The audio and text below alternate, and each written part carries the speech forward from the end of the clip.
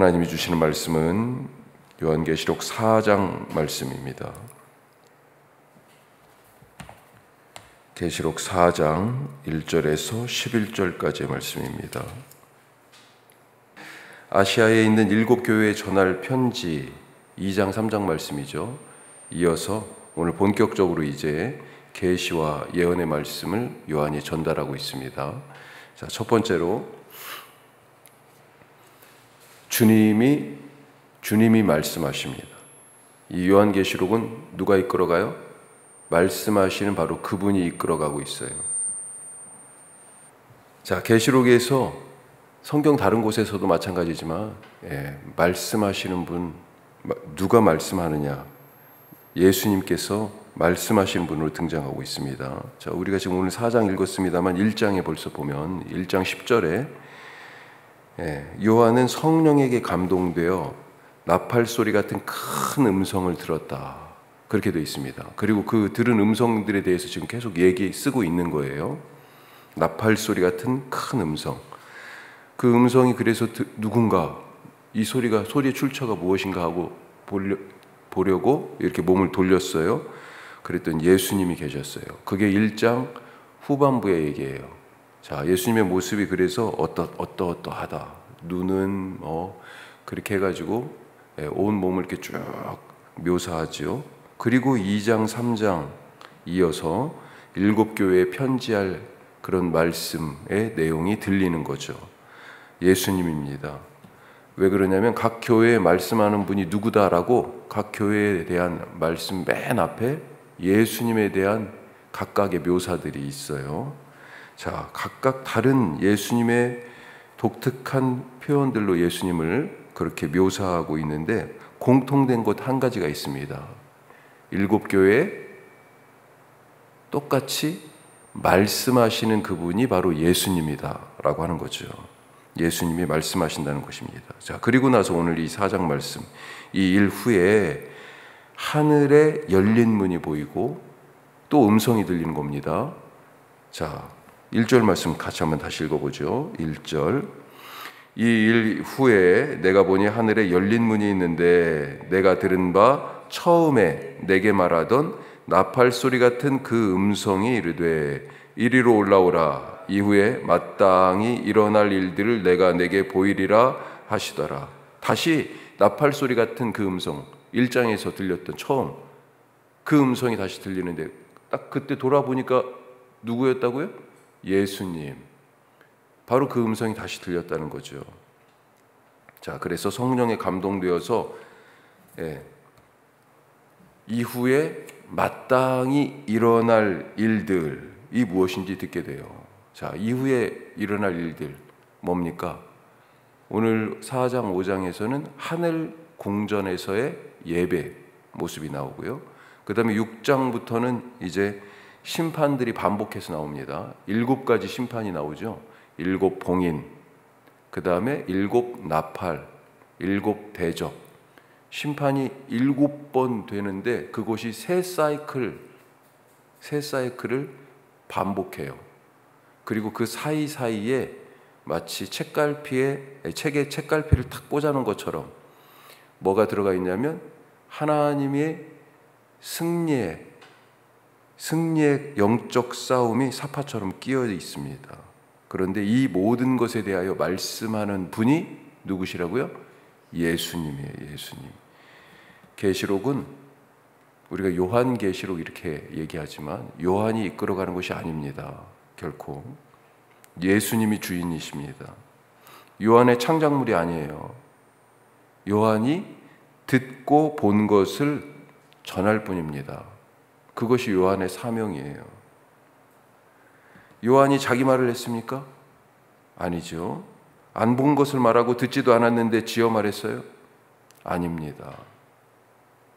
마지막 때 우리의 사명이 바로 이 요한의 사명과 같다 생각하게 됩니다. 먼저 듣고 보는 자가 되시길 바랍니다. 그래야 전할 수 있어요. 또 듣고 본 것만 전하시기 바랍니다. 이걸 다른 표현으로 뭐라고 그래요? 이 계시록 뒤에 가서 마지막에 이 계시의 말씀, 이 예언의 말씀을 더하거나 빼지 말라고 얘기하죠. 더하거나 빼지 말. 안 봤는데 어떻게 더해서 얘기해요? 봤는데 어떻게 그건 빼놓고 얘기해요? 더하거나 빼지 말라는 얘기가 바로 이 얘기예요.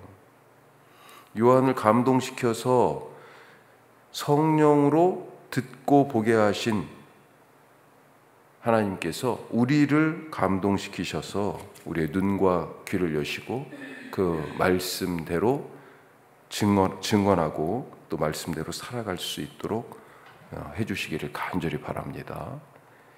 자, 두 번째로요. 하나님이 중심이다. 오늘 이 4장 말씀의 핵심은 하나님이 중심이다 라고 하는 겁니다. 계시록에 하나님에 대한 여러 표현들이 있습니다. 1장에 보면 1장 4절 혹은 8절 오늘도 비슷한 표현이 나왔습니다. 자, 이제도 계시고 전에도 계시고 장차 오실 이, 이렇게 과거, 현재, 미래 시제를 다 동원해가지고 하나님을 표현하고 있어요. 오늘 말씀은 지금 보니까 어때요? 하늘 궁정, 한 천상의 모습을 지금 그려주고 있어요. 열린 하늘 문으로 지금 몰려갔잖아요. 그래서 이게 지금 하늘의 실체를 지금 본 거죠. 하늘 예배의 모습입니다. 하나님이 어떻게 묘사되고 있습니까? 자, 2절 말씀. 자, 성령이 감동되어서 보라 해가지고 지금 봤어요. 2절 같이 읽어보겠습니다. 내가 곧 성령에 감동되었더니 보라 하늘에 보좌를 베풀었고 그 보좌 위에 앉으신 이가 있는데, 그렇죠. 그 앉으신 모양이 3절에 쭉 나오죠. 자, 하나님은 어떤 분이요? 보좌에 앉으신 분, 이렇게 지금 나옵니다. 하나님을 그렇게 표현하고 있어요. 그 보좌가 벽옥과 홍보석 같이 그렇게 빛나요. 이를 형용할 수 없습니다. 그 다음에 무지개가 감싸고 있다. 지금 이런 식으로 표현하고 있는 겁니다. 계속해서 보면 이 보좌를 24개의 보좌들이 둘러싸고 있어요. 그리고 그 보좌 위에 24 장로들이 앉아 있는데 흰 옷을 입고 금관을 쓰고 있다. 그 보좌 앞에는 7 등불이 있는데 하나님의 7 영, 성령이다. 그 다음에 보좌 앞쪽으로는 그 바닥이 수정 같은 유리바다다. 자, 이렇게 대충 그림이 그려지시죠. 그리고 보좌에 앉으셨다고 되어 있잖아요. 아까 홍보석, 녹보석 같이 막 이렇게 지금 막 빛나고 무지개로 지금 둘러싸여 있는데, 그런데 이 보좌가 어떻게 생겼냐? 내 생물이 마치 떠받치고 있는 것 같은 그렇게 지금 보이는 거죠. 그런데 이 내 생물이 모양이 어때요? 얼굴 모양이 사자, 송아지, 사람, 그리고 날아가는 독수리, 이런 모습 이 사면에 있고 6개의 날개를 가졌는데 이 날개 안과 밖에 눈이 가득해. 그런 모습입니다. 자, 이 내 생물들이 하나님을 찬양하고, 그리고 하나님의 보좌에 앉으신 그 보좌를 둘러싼 24개의 보좌에 앉은 24 장로들 역시 하나님을 찬양합니다. 자, 하늘 예배의 핵심, 이건 뭐냐? 땅에서는 볼 수 없는 보좌를 떠받치고 있는 그런 신기한 내 생물, 지금 이렇게 묘사했지만 이게 지금 3차원으로 말하기 지금 엄청 난해한 어떤 모습인 거예요. 그런 처음 상상하지도 못했던, 땅에는 없는 그런 내 생물, 신기한 내 생물이 하늘 예배의 핵심도 아니고 24 보좌에 앉은 24 장로도 아니고요. 누가 핵심입니까? 보좌에 앉으신 그분, 바로 하나님이십니다. 이 하늘 예배가 알려주는 단순한 사실은 천상의 모든 것이 보좌에 앉으신 분을 향하고 모든 것이 보좌에 앉으신 그분을 중심으로 돌아간다는 것입니다. 이것이 하늘 예배의 본질이에요. 하늘의 본질. 자, 반대로 땅의 본질은 뭡니까? 자, 오늘 하늘 예배, 하늘의 본질이 나왔잖아요. 땅의 본질은 뭐예요? 이거에 반하는 하늘의 본질은 모든 것이 보좌에 앉으신 그분 하나님을 중심으로 돌아간다라고 한다면, 이것에 반대되는 땅의 본질은 하나님이 중심이 아닌 누가 중심이에요? 자기가 중심이 되어 살아가는 것, 이것이 땅의 본질입니다. 서로 자기가 중심이니 어때요? 중심끼리 내가 중심이야, 내가 맞아, 이게 선악과 액이에요. 그것 때문에 갈등하고 서로 미워하고 다투고 전쟁하고 죽이는 겁니다. 잡아먹어야 돼요. 저 사람을 잡아먹어야 내가 중심이 되어 살아갈 수 있으니까. 하나님이 아닌 내가 중심인 삶, 이게 우상 숭배의 본질이죠. 세상의 중심이 뭐라고요? 그걸 지금 보여주신 거예요. 야, 하늘로 가자. 봐라. 누가 중심입니까? 하나님 중심이에요. 자, 마지막 세 번째. 결국 하나님 뜻대로 된다. 그래서 결국 하나님의 뜻대로 된다는 겁니다. 자, 우리가 읽은 것처럼 오늘 말씀에 두 개의 찬송이 나옵니다. 하나는 내 생물들이 부르는 찬송, 또 하나는 24 장로들의 찬송. 자, 내 생물들이 밤낮 쉬지 않고 찬송한다고 되어 있습니다. 어떤 찬송이에요? 8절 말씀에 보니까, 자, 뒷부분에 같이 보죠. 8절 뒷부분. 거룩하다 거룩하다 거룩하다 주 하나님 곧 전능하신 이여, 전에도 계셨고 이제도 계시고 장차 오실 이시라. 전에도 구원하신 것처럼 이제도 구원하시고 장차 구원하실 분이다 라고 하는 그런 찬양입니다. 조금 좁혀서 이해하면, 자, 24장로들은 그럼 어떤 찬양을 드립니까? 11절에 보니까 이렇게 돼 있죠. 우리 주 하나님이여, 영광과 존귀와 권능을 받으시는 것이 합당하오니 주께서 만물을 지으시니라. 만물이 주의 뜻대로 있었고 또 지음을 받았나이다. 이게 지금 11절에 24장로들의 찬송이잖아요. 만물이 주의 뜻대로, 이렇게 말합니다. 그걸 알고 있고 지금 보고 있어요. 이미 그전에도 그렇게 됐고요, 지금도 그렇게 되고 있고 앞으로도 그렇게 될 겁니다. 만물이 누구 뜻대로요? 하나님 아버지 뜻대로, 보좌에 앉으신 그분 뜻대로. 세상 모든 존재가, 땅에서 일어나는 지금 일들이 세상 권력을 가진, 힘을 가진 그 사람 뜻대로 되는 줄 알았는데, 그 나라 마음대로 되는 줄 알았는데, 왜요? 그 강력한 군대로 가가지고 다 니네들 말 안 들어?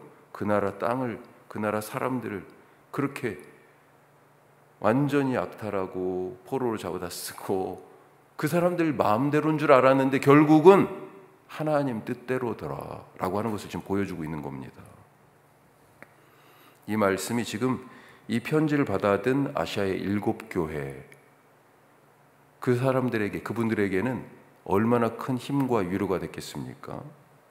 안팎으로 눈이 가득한 내 생물이 지금 떠받치고 있는 그 보좌에 앉으신 그분, 이게 뭐예요? 그 눈이 뭡니까? 세상을 두루 감찰하는 눈이잖아요. 다 하나님이 보고 계신다는 거잖아요. 모르시는 게 없다는 겁니다. 다 꿰뚫어 보고 계세요. 세상 권세자들이 마음대로 하고 있는 거 하나님이 다 보고 계시고요. 그 속에서 성도들이 고난을 당하고 교회가 핍박 가운데 쓰러질 지경에 있는 것 다 알고 계십니다. 하지만 결국 이루어지는 건 뭐예요? 그들 마음대로 안 된다는 겁니다. 하나님의 뜻대로예요. 마치 십자가에서 사탄이, 야, 내 뜻대로 됐어. 자기는 다 된 밥인 줄 알았어. 예수님 죽었으니까. 하나님의 아들을 죽인 거 아니에요. 그게 처음부터 사탄의 목표였잖아요. 그래서 예수님이 태어날 때부터 헤롯을 통해 가지고 죽이려고 했죠. 대신 다른 아기들이 학살을 당했죠. 예수님이 공생애로 처음에 딱 등장하셨을 때 성령께서 이끄셔서 광야로 데려가셨는데, 그 광야에도 이미 사탄이 딱 기다리고 있었잖아요. 시험을 했잖아요. 네가 하나님의 아들이냐고 거기서도 물으면서 유혹했잖아요. 그런데 이 하나님 아들을 십자가에서 죽였으니, 야, 이제 이겼어. 내 뜻대로 됐어. 사탄이 지금 그러고 있는데 반전을 일으키시지 않습니까? 하나님이 바로 부활이죠. 그게 부활로 모든 걸 뒤집어 버리셨어요. 결국 하나님의 뜻대로 그 십자가의 죽음이 사탄의 승리가 아니라 하나님이 세상 모든 죄를 사하신 구원의 사건이 되게 하신 거죠. 오늘 내가 어떤 상황 가운데 서 있습니까? 세상 일이 마음대로 잘 안 되죠. 내 마음대로는 안 되고 저 사람 마음대로 되고 정말 내 뜻대로 되는 게 별로 없어, 이런 생각이 들 수 있습니다. 하지만 잊지 마시기 바랍니다. 결국 하나님 뜻대로 됩니다. 기도하겠습니다.